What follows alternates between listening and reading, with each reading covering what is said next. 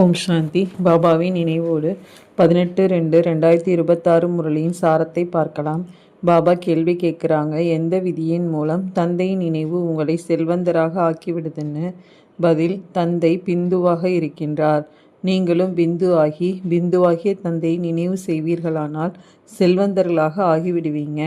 எப்படி ஒன்றோடு புள்ளி வைத்தால் 10, இன்னொரு புள்ளி வைத்தால் 100, பிறகு 1000 ஆகிவிடும். அதுபோல பாபாவின் நினைவு மூலம் புள்ளி வைக்கப்பட்டு கொண்டே போகுது. நீங்கள் செல்வந்தராக ஆகிக்கொண்டே போகிறீங்க.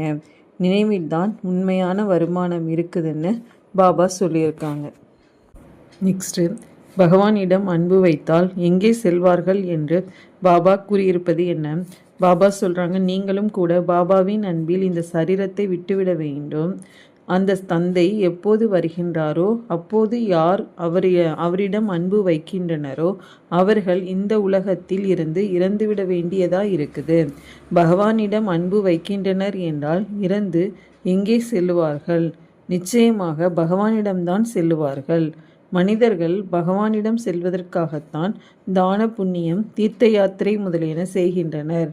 சரீரத்தை விடும்போதும் கூட பகவானை நினைவு செய்யுங்கள் என்று மனிதர்களுக்கு சொல்லுகின்றனர்னு பாபா சொல்கிறாங்க. நெக்ஸ்ட்டு, எதன் மூலம் சிவபாபாவின் நினைவு அதிகரிக்கும்னு பாபா கூறியிருப்பது என்ன? பாபா சொல்கிறாங்க, சிவபாபா மதுபனில் முரளி இசைக்கின்றார். அந்த மூங்கிலின் முரளியோ அங்கே கிடையாது. கிருஷ்ணர் நாட்டியம் ஆடுவது, முரளி இசைப்பது இவையெல்லாம் பக்தி மார்க்கத்தினுடையவை. மற்றபடி ஞானத்தின் முரளியோ சிவபாபா தான் இசைக்கின்றார். உங்களிடம் நல்ல நல்ல பாடல்களை இயற்றுபவர்கள் வருவார்கள். பாடல்களை அநேகமாக ஆண்கள்தான் இயற்றுகின்றனர். நீங்கள் ஞானத்தின் பாடல்களை தான் பாட வேண்டும். அதன் மூலம்தான் சிவபாபாவின் நினைவு வரும்னு பாபா சொல்கிறாங்க. நெக்ஸ்ட்டு, எந்த பூட்டை திறப்பதற்காக பாபா வந்துள்ளதாக கூறியிருப்பது என்ன? பாபா சொல்கிறாங்க, பல்கலைக்கழகத்தில் யார் நல்லபடியாக படிக்கின்றனரோ அவர்கள் நிச்சயமாக வேகமாக முன்னேறி செல்லுவார்கள். வரிசை கிரமமாகவோ இருக்கவே செய்கின்றனர். சிலர் மந்த புத்தி உள்ளவர்களாகவும் இருக்கின்றனர். சிவபாபாவுக்கு ஆத்மா சொல்லுகின்றது, எனது புத்தியின் பூட்டை திறந்து விடுங்கள். பாபா சொல்லுகின்றார், புத்தியின் பூட்டை திறப்பதற்காகவே தான் நான் வந்திருக்கின்றேன். ஆனால் உங்களுடைய கர்மம் அதுபோல உள்ளது. பூட்டு திறப்பதே இல்லை. பிறகு பாபா என்ன செய்வார்? அதிக பாவங்கள் செய்துள்ளனர். இப்போது பாபா அவர்களை என்ன செய்வார்? நாங்கள் எப்படி எப்படி படிக்கிறோம் என்று ஆசிரியரிடம் மாணவர்கள் கேட்டால் அவர் என்ன சொல்லுவார்? ஆசிரியர் ஒன்றும் கிருபை எல்லாம் செய்ய மாட்டார். ஒருவேளை அவர்களுக்காக கூடுதல் நேரம் ஒதுக்குவார்கள். அவ்வளவுதான்னு பாபா சொல்லியிருக்கிறாங்க. நெக்ஸ்ட்டு, எப்படிப்பட்ட பழக்கங்களை எல்லாம் விட்டுவிட வேண்டும் என்று பாபா கூறுவது என்ன? பாபா சொல்கிறாங்க, விகாரத்தில் ஒரு பொழுதும் செல்லக்கூடாது. கொஞ்சம் விகாரத்தின் ருசி வந்துவிட்டாலும் பிறகு விருத்தியாகிவிடும். சிகரெட் முதலியவற்றை ஒரு முறை ருசி பார்த்துவிட்டால் அப்பழக்கம் உடனே தொற்றிவிடும். பிறகு அந்த பழக்கத்தை விடுவதும் கடினமாக ஆகிவிடும். சாக்குப்போக்கு எவ்வளவு சொல்லுகின்றனர். எதுவும் பழக்கமாகிவிடக்கூடாது. அசுத்தமான பழக்கங்களையும் விட்டுவிட வேண்டும்னு பாபா சொல்கிறாங்க. நெக்ஸ்ட்டு, சத்யுகத்தில் எந்த பொருள் இருக்காது என்று பாபா கூறுவது என்ன?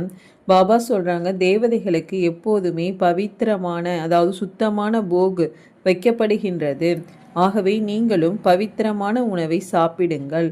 தற்சமயமோ உண்மையான நெய் கிடைப்பதே இல்லை. எண்ணெயை சாப்பிடுகின்றனர். அங்கே சத்யுகத்தில் எண்ணெய் முதலியன கிடையாது. இங்கோ பால் பண்ணையில் பாருங்கள், தூய்மையான நெய்யும் வைக்கப்பட்டிருக்கு, பொய்யான நெய்யும் வைக்கப்பட்டுள்ளது. இரண்டிலுமே தூய்மையான நெய் என்று எழுதப்பட்டுள்ளது.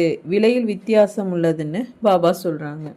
நெக்ஸ்ட்டு, யாரை போல இங்கு எந்த ஓவியராலும் உருவாக்க முடியாது என்று பாபா கூறுவது என்ன?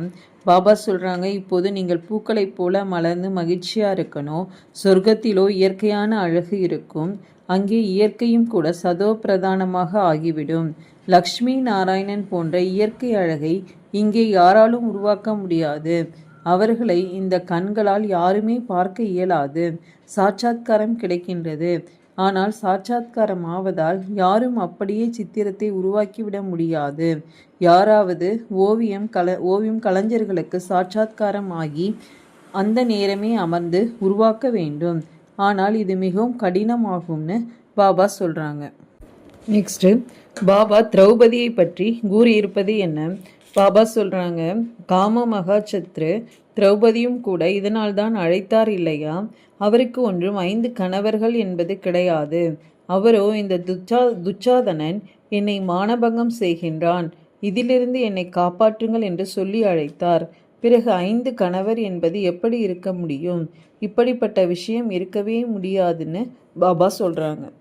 நெக்ஸ்ட்டு லௌகீக தந்தை என்ன சொல்லுவார், பரலௌகீக தந்தை என்ன சொல்லுவார் என்று பாபா கூறியிருப்பது என்ன?